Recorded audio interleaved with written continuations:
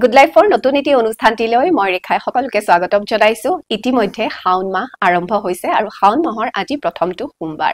আমাৰ হিন্দু ধৰ্মাৱলম্বী লোকসকলৰ বাবে সনাতন ধৰ্মৰ লোকসকলৰ বাবে এই শাওন মাহটো গোটেই বছৰটোতে খুবেই পবিত্ৰ বুলি আমি মানো নহয় জানো আৰু শাওন মাহটোত বিভিন্ন ৰীতি নীতি নিয়মেৰে আমি আমাৰ আৰাধ্য শিৱক আমাৰ মহাদেৱক আমি আৰাধনা কৰো আৰু শাওন মাহৰ লগতে বহুতো কথা জড়িত হৈ থাকে যেনে কোৱা হয় যে শাওন মাহৰ ব্ৰত যদি আমি পালন কৰো গোটেই মাহটোত যদি আমি নিৰামিষ ভোজন কৰো খুবেই ভাল লগতে সোমবাৰ কেইটা যদি আমি পালন কৰো 5 সোমবাৰ পালন কৰাৰ নিয়ম আছে হেয়া কৰিব লাগে বা বিবাহিত মহিলাসকলে যদি শাওনৰ সোমবাৰ বা শাওন মাহটো খুব সুন্দৰকৈ যদি তেওঁলোকে পালন কৰে বা নীতি নিয়মেৰে যদি শিৱ দেৱতাক আৰাধনা কৰে তেতিয়া হলে তেওঁলোকৰ মনোকামনাও হেনু পূৰ্ণ হয় গতিকে বিভিন্ন ৰীতি নীতি নিয়মৰ কথা শাওন মাহটোৰ সৈতে জড়িত হৈ থাকে আৰু আমি শুনিবলৈ পাইছো পিছে বহুতো নজনা কথা এতিয়াও আছে শাওন মাহৰ লগত জড়িত এই যে কোৱা হয় যে কৰিব লাগে এটো কৰিব লাগে হেতু কৰিব লাগে এইটো নিয়ম পালন কৰিলে ভাল হেতু নিয়ম পালন কৰিলে ভাল কি হয়নো সেই সকলোবিলাক নিয়ম পালন কৰিলে কি হয় তাৰে আৰৰ কাৰণবোৰ কি সেই সকলোখিনি বিষয়ে আজি কথা পাতিম বহুতো নজনা কথা জানিম যেটো আজিলৈকে আপোনালোকে চাগে গমেই নাপায় গতিকে সেই বিভিন্ন কথাৰ খুলুসা আজি কৰিবলৈ আমি চেষ্টা কৰিম আমাৰ সৈতে আমাৰ আজিৰ বিশেষ অতিথি আছে এষ্ট্ৰলজাৰ নিউমাৰলজিষ্ট লগতে বাস্তুশাস্ত্ৰ বিশেষজ্ঞ RC শৰ্মা শাস্ত্ৰী ডাঙৰীয়া তেওঁ ইতিমধ্যে বহুতো কথা নজনা কথা আমাক কৈয়ে আছে আৰু ইতিমধ্যে বহুতো বিষয় আমাক তেওঁ জনাইছে আজি আমি শাওন মাহ সম্পৰ্কে বহুতো নজনা কথা তেওঁৰ পৰা জানিম গতিকে আহক পলম নকৰো তেওঁক অনুষ্ঠানটিত স্বাগতম জনাও আৰু শাস্ত্ৰী ডাঙৰীয়া অনুষ্ঠানটিলৈ স্বাগতম জনাইছো নমস্কাৰ হয় সকলোলৈ মোৰ নমস্কাৰ জনাইছো হয় আৰু শাওনৰ মাহটোৰ শুভেচ্ছা আপোনাকো জ্ঞাপন কৰিছো খুবই পবিত্ৰ এটা মাহ খুব পবিত্ৰ এটা শাওন মাহ আৰু এই শাওন মাহত সকলোলৈ আমাৰ ফালৰ পৰা শুভেচ্ছা আৰু আশীষ থাকিল সকলোৰে মংগলময় হোক আৰু সকলোৰে কল্যাণ হোক হয় ইতিমধ্যে কোৱা হৈছে যে শাওন মাহ আৰম্ভ হলেই যেকে আমি শাওন মাহৰ আজিটো হল প্ৰথমটো সোমবাৰ যদি আমি সোমবাৰ শাওন মাহৰ সোমবাৰ বুলি ধৰো তেতিয়া হলে আজিৰে পৰা আমি আসলতে শাওনৰ গোটেই মাহটো পবিত্ৰই হয় গোটেই দিনকেইটা পবিত্ৰই হয় খুব সুন্দৰ ৰীতি নিয়মেৰে পালন কৰিব লাগে কিন্তু শাওনৰ সোমবাৰ বুলি ক'লে বিশেষ এটা প্ৰাধান্য আছে আমাৰ হিন্দু ধৰ্মাৱলম্বী লোকসকলৰ মাজত নহয় জানো গতিকে সেই বিষয়ে আজি প্ৰথম জানো আসলতে আমি শাওন মাহটো কিয় নিৰামিষ ভোজন কৰিব লাগে বা শাওন মাহটো কিয় পালন কৰিব লাগে একদম খুব প্ৰাসংগিক প্ৰশ্ন এটা আপুনি এই মুহূৰ্তত উপস্থাপন কৰিছে কথাটো হল আমাৰ গুৰু পূৰ্ণিমাৰ পৰা আৰম্ভ কৰি ৰাখি পূৰ্ণিমালৈকে এই সময়ছোৱা মানে কৰ্কট সংক্ৰান্তিৰ সময়ত যেতিয়া শাওন মাহত কৰ্কট ৰাশিত আহি মানে ৰবিয়ে প্ৰৱেশ কৰিব তেতিয়াই এই শিৱ শক্তিৰ সাধনাটো অতি উত্তম হৈ উঠে আৰু এই সময়ত এই কৰ্কট সংক্ৰান্তিৰ সময়ত যিসকল লোকে যি বাঞ্ছা কৰে যি আশা কৰে সেই ফলবিলাক লাভৰ কাৰণে সুবিধা হয় আৰু মা মহালক্ষ্মী এই মানে ঘৰলৈ আমন্ত্ৰিত হয় সেইটোৰ কাৰণে বা মা পাৰ্বতীৰ মানে কি শুভাশীষ লাভ কৰা হয় আৰু এইটো কৰা হয় মানে ইয়াৰ পিছতে আহিব আমাৰ আকৌ দুৰ্গা পূজাৰ সময়টো আহিব তাৰ আগে আগে আমি শিৱক মানে পূজা অৰ্চনা কৰাৰ এটা ব্যৱস্থা আৰু এই শাওন মাহৰ সোমবাৰ বুলি কওঁতে এইটো প্ৰথম সোমবাৰ আজিৰ সোমবাৰটো প্ৰথম সোমবাৰ সঁচা কিন্তু ইয়াৰ আগত গুৰু পূৰ্ণিমাৰ আগত এটা আহাৰ মাহতে পৰা সোমবাৰটো এই কৰ্কট সংক্ৰান্তিৰ লগতেই জড়িত এটা সোমবাৰ গতিকে যোৱা সোমবাৰটোৰ পৰাই আমাৰ শাওনমহীয়া বা এই বলেবমৰ যিটো 5 সোমবাৰ সেই 5টা সোমবাৰত জড়িত হৈছে আৰু এই সোমবাৰটোত যদি আমি বাবা শিৱ বাবাৰ ওচৰত আমি গংগা জল মানে হেৰি কৰো তেওঁ গংগা জলেৰে স্নান কৰো তেনেহলে আমাৰ মনৰ যিবিলাক ইচ্ছা মনৰ যিবিলাক কামনা সেইবিলাক সকলোৰে পূৰণ হয় সেইটোৰ কাৰণে এই সোমবাৰৰ ব্ৰতটো কৰিবলগীয়া আৰু অন্যহাতে সোমবাৰত কিয় নিৰামিষ কৰিব লাগে সোমবাৰটো যেহেতু শিৱৰ মানে শিৱ হল শাক্ত বা এই শৈৱ ধৰ্মীয় লোকসকলৰ কাৰণে এইটো অতি পবিত্ৰ বাৰ আৰু ই শিৱৰ লগত জড়িত সোমবাৰটো গতিকে সেই কাৰণে নিৰামিষ কৰা এটা নিয়ম আছে তাৰোপৰি এই সময়ত গৰমৰ পৰিমাণটো বাঢ়ে আৰু মানুহৰ বিভিন্ন মানে পেটৰ মানে বদ হজম আদিকে ধৰি বিভিন্ন বেমাৰত ভোগাৰ ভয় থাকে সেই কাৰণে পাৰিলে গোটেই সোমবাৰ মানে শাওনৰ মাহটো কি কৰিব লাগে নিৰামিষ ভোজী হ'ব লাগে আৰু তথাপি নোৱাৰিলেও অন্তত যদি আমি সপ্তাহত মানে এটা দিনো নিৰামিষ খাওঁ তাৰ পৰা আমাৰ শৰীৰ স্বাস্থ্য ৰক্ষাৰ যেটো ব্যৱস্থা হেতু আমাৰ মানে ৰক্ষা হয় সেই কাৰণে এই সোমবাৰটো আমি নিৰামিষ খোৱাৰ লগতে শিৱ আৰাধনাৰ লগতে আমাৰ স্বাস্থ্য ৰক্ষাৰ লগতো জড়িত হৈ আছে সেই কাৰণে আমি নিৰামিষ খোৱাটো অত্যন্ত প্ৰয়োজনীয় এনেকে ডেকা শক্তি খিনিয়ে বা অৰুখিনিয়ে মানে সকলোৱে মিলি বলবমত যোগদান কৰি আৰাধনা কৰি নিৰন্তৰ এই ৰাতিয়েই পানীত লৈ আৰু ৰাতিয়েই তেওঁক স্নান কৰাৰ যিটো ব্যৱস্থা এই ব্যৱস্থাটো মানে কৰিছে সকলোৱে কৰে আৰু যি সকলে হয়তো এই বলবমত যাবলৈ নোৱাৰে তেওঁলোকে ঘৰতেই ব্ৰত সংযমত থাকি শিৱক আৰাধনা কৰিলে খুব ভাল ফল পাব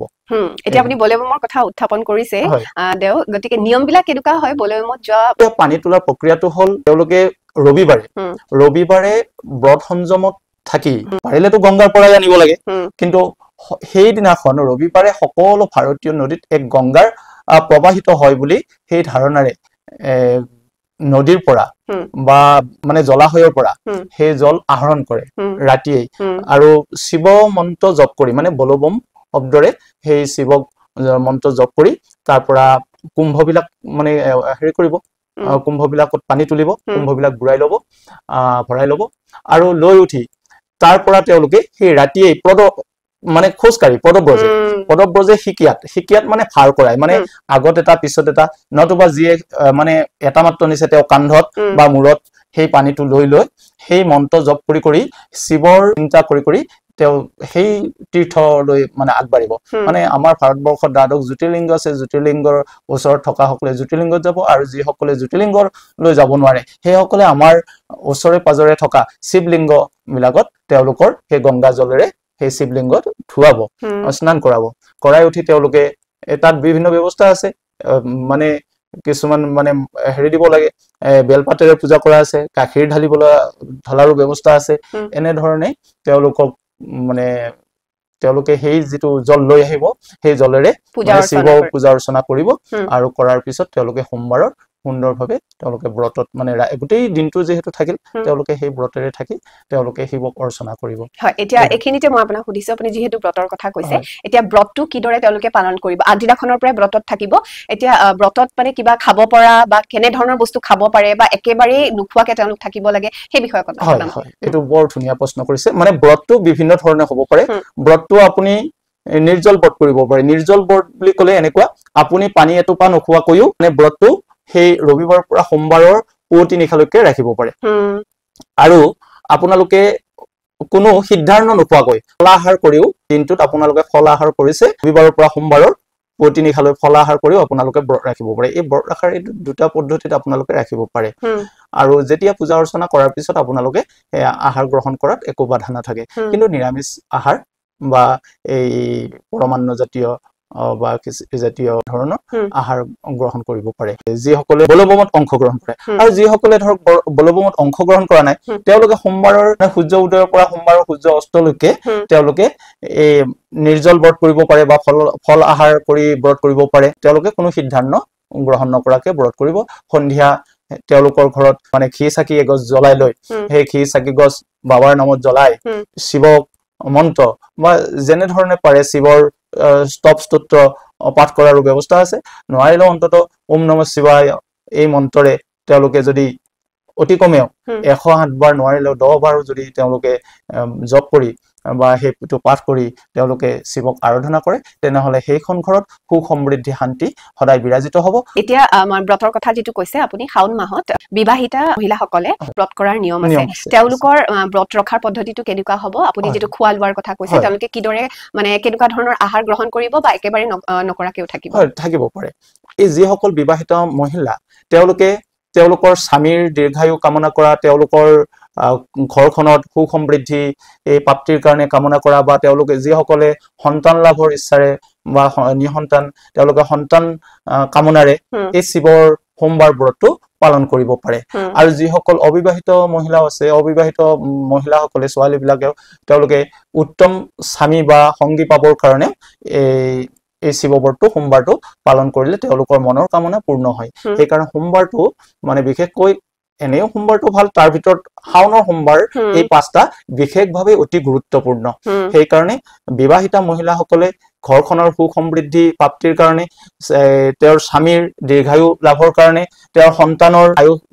বিদ্যা ধন প্ৰাপ্তিৰ কাৰণে আৰু লগতে নিজৰ সুস্বাস্থ্য ৰক্ষাৰ কাৰণে এই সোমবাৰ কেইটা পালন কৰাত গুৰুত্ব আছে এতিয়া আহো যেটো আমি বিবাহিতা মহিলাৰ কথা কৈছো এটা মানে প্ৰায় শুনিবলৈ পোৱা যায়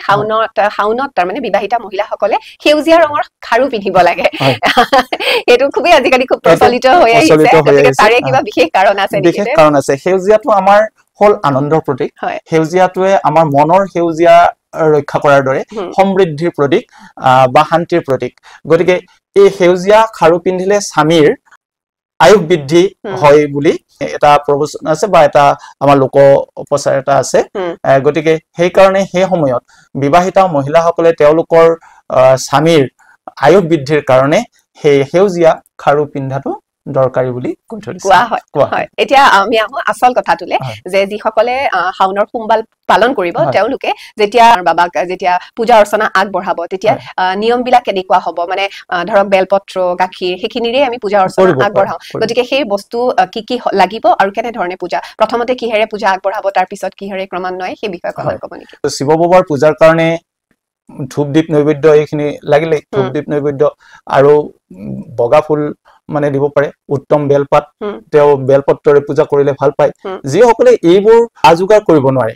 অতি কমে এগছ চাকি আৰু এটা ধূপ বা তিনিটা ধূপ জ্বলাই তেওঁলোকে ঘৰতেই শিৱ বাবাক আৰাধনা কৰিব পাৰে আৰু যিসকলৰ ঘৰত শিৱ মন্দিৰ আছে তেওঁলোকৰ বা শিৱলিংগ আছে তেওঁলোকে শিৱলিংগৰ ওপৰত প্ৰথমে পানী দিব তাৰ পিছত গাখীৰ দিব এনেকে গাখীৰেৰে স্নান কৰিব স্নান কৰাৰ মন্ত্ৰ আছে তৎপুৰুষায় বিদ্মহে মহাদেৱায় ধীমহি তন্নো ৰুদ্ৰ প্ৰচোদয়াত এই মন্ত্ৰৰে কৰিব পাৰে সকলোৰে এই মন্ত্ৰটো মুখস্থ নাথাকিব পাৰে গতিকে ওম নমঃ শিৱায় বুলিও যদি তেওঁৰ লিংগৰ ওপৰত পানী ঢালি দিয়ে তেনেহলেও তেওঁ সেই স্নান মন্ত্ৰৰ দৰে কৰা যি ফল সেই ফলেই প্ৰাপ্তি হ'ব কিমান বাৰ জপ কৰিব লাগিব এইটো পাৰিলে 108 বাৰ কৰিব লাগে নোৱাৰিলেও 10 বাৰ মিনিমাম কৰিব লাগিব অতি কমেও 10 বাৰ বা 10টা বেলপাত লিংগৰ ওপৰত ওম নমঃ শিৱায় বুলি লিংগৰ ওচৰত বা লিংগৰ ওপৰত দিয়াৰ ব্যৱস্থা আছে গতিকে সেইখিনি কৰিব পাৰে যাৰ সেই লিংগ হয়তো স্থাপিত নাই ঘৰত তেওঁলোকে সেই চাকি গছ জ্বলায় কিন্তু ক্ষীৰ চাকি হলে ভাল ক্ষীৰ চাকিৰ অভাৱে তেলৰ চাকি হলেও হ'ব কিন্তু ক্ষীৰ চাকি হলে খুবেই উত্তম হয় এগছ ক্ষীৰ চাকি জ্বলালে ঘৰৰ পৰিৱেশটো অন্তত ভাল হয় গতিকে সোমবাৰ কেইটাত এটা ক্ষীৰ চাকি জ্বলাবৰ কাৰণে অলপ ক্ষীৰ সংগ্ৰহ কৰি থলে কোনো অসুবিধা নাই যিসকলৰটো আছে বা সেই ভাৱ তেওঁলোকে এগছ নহয় তেওঁলোকে 5 গছো জ্বলাব পাৰিব 5 গছ জ্বলোৱাৰো ব্যৱস্থা আছে গতিকে বৃহৎ ভাৱে কৰিব খুজিলে বহুত ব্যৱস্থা আছে কিন্তু একেবাৰে সামান্যভাৱে এগছ ক্ষীৰ চাকি আৰু 3টা ধূপ কাঠি এইখিনি লৈয়েই তেওঁলোকৰ ঘৰৰ যি থাপনা আছে সেই থাপনাৰ ওচৰতেই সেই ব্ৰত সোমবাৰ নিয়ম সংযমত থাকি কোনো সিদ্ধান্ত গ্ৰহণ নকৰাকৈ থাকি সন্ধিয়া সময়ত চাকি গছ দি যদি ওম নমঃ শিৱায় অতি কমেও 10 বাৰ তেওঁলোকে কণ্ঠস্থ কৰে বা তেওঁলোকে যদি জপ কৰে তেনেহলে তেওঁলোকৰ ঘৰতো শিৱ বাবা সন্তুষ্ট হ'ব আৰু শিৱ বাবা সন্তুষ্ট হলে মা মহালক্ষ্মীও সন্তুষ্ট হয় আৰু মা মহালক্ষ্মী সন্তুষ্ট হলে তাত ধন বৃদ্ধি হ'ব ধন হলে শান্তি অনায়াসে বিৰাজিত হ'ব নিশ্চয় এতিয়া আপুনি চাকি গছৰ কথা ক'লে এতিয়া আমি চাকি জ্বলাওঁতে সাধাৰণতে এটা মনত এটা প্ৰশ্ন এটা আহে যে আমি কেই গছ চাকি জ্বলাম এগছ জ্বলাম দুগছ জ্বলাম জোৰ বা বেজুৰত বা ধূপ জ্বলাওঁতে জোৰ বা বেজুৰত এনেকুৱা কিবা থাকে নেকি সাধাৰণতে জোৰ বুলি ক'লে ধূপৰ তিনিটাৰে এটা জোৰ বুজায় আমি যদিও অন্য বস্তু দুটাক এজোৰ বুলি কওঁ সেই এজোৰ ধূপ হয় আচলতে 3টা কাঠিত সেই 3টা কাঠিৰ লগত আকৌ এটা কথাও থাকে ব্ৰহ্মা বিষ্ণু মহেশ এই 3গৰাকীৰ নামত 3ও এক এই অৰ্থত মানে সেই 3টা কাঠি জ্বলোৱা বুলিও কয় কিন্তু ধূপৰ নহলে এডাল জ্বলাব লাগে নহলে 3ডাল বা তাৰ ওপৰত জ্বলাব পাৰে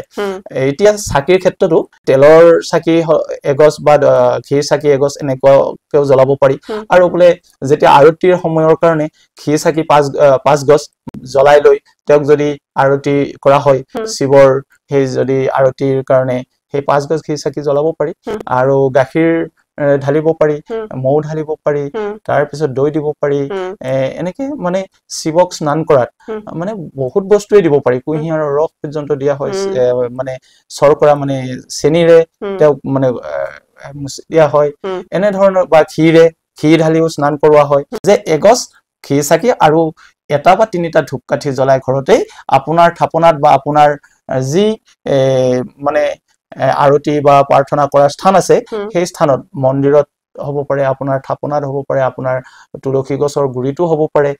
বেলগছৰ গুৰিটো হ'ব পাৰে। বেলগছৰ গুৰিত এইকেইটা দিনত মানে সেই চাকি বন্তি জ্বলালে অতি সুফল প্ৰাপ্তি হয়, কাৰণ বেলগছে যথেষ্ট পৰিমাণে অক্সিজেন প্ৰদান কৰে আৰু তুলসী গছেও অক্সিজেন প্ৰদান কৰে। গতিকে সেই অক্সিজেন আমি যদি সেৱন কৰোঁ তেতিয়াহ'লে আমাৰ স্বাস্থ্য ৰক্ষাৰ ক্ষেত্ৰত স্বাস্থ্যসন্মতভাৱে আমি সেই সময়ত সেই অক্সিজেন ঘ্ৰাণটোৱে আমাক যথেষ্টখিনি উপকৃত কৰে। সেইকাৰণে বেলগছৰ গুৰিটো চাকি দিয়াৰ ব্যৱস্থা আছে। হয়, এতিয়া আমি একেবাৰে শেষলৈ আহিছোঁ।